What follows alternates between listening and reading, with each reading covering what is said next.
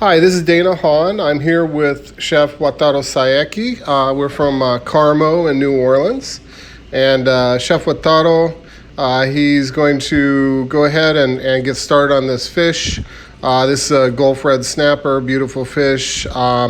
We are first removing the head. The fish has already been scaled and gutted.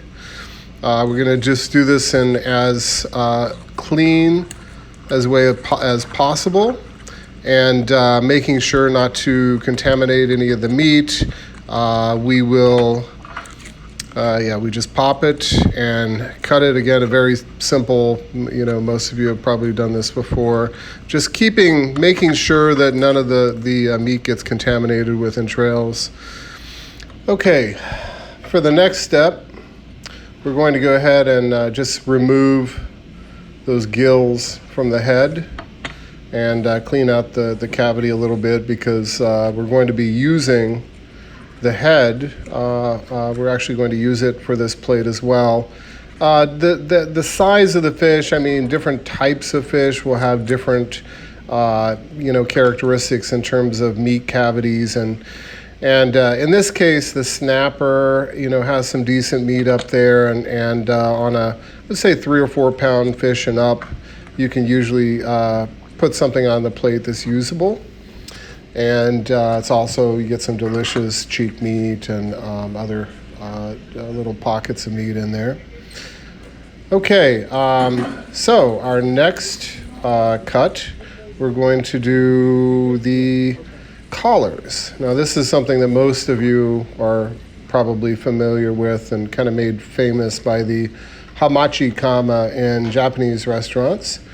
So again, we want to make all these cuts as clean as possible. So on the plate, these are different types of cuts. We don't want them to be mangled.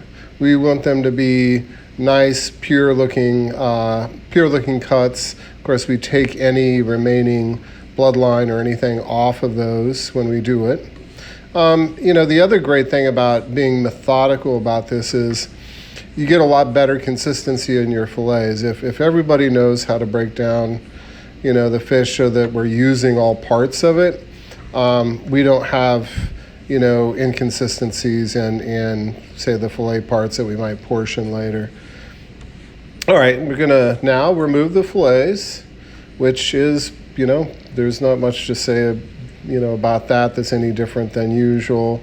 Again, we just, we don't waste anything. So in this case, we're just filleting as close to the bone as possible, and there will be virtually no meat on this. Now, there are types of fish where there's more grooves between the bones, or spaces between the bones that will hold more residual meat. And in that case, a lot of times, we will actually chop the carcass up in a few different pieces and, either roast, broil, or even deep fry that and put that right on our nose to tailfin plate. Because people will, if it's on the plate, they're going to chew on it, and it's delicious meat. And it actually makes for you can do a pretty interesting preparation or plating on that.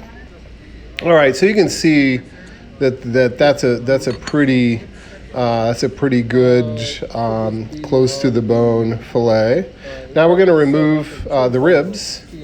That rib part is especially good on our nose to tailfin plate. So you can see how we're kind of assembling a series of cuts other than just the fillet. And then we're just going to do the same on the other side. And again, this is, we've been getting a lot of our fish from Anna Marie Seafood. Many of you know Lance Nacio. Well, Lance has been doing, he and his crew, more ikejime lately.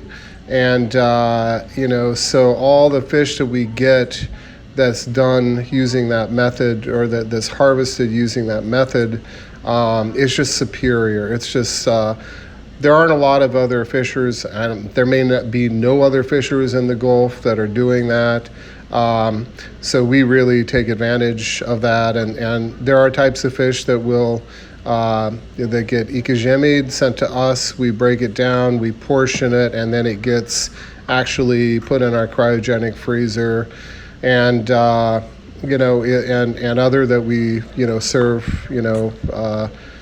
as fresh as we can. And each fish is different. Some react differently to 80 below, and when they're actually thawed, there's very little difference. In fact, sometimes the meat has gotten a little bit more firm or a little bit firmer, and we also do different things with aging here at Carmo.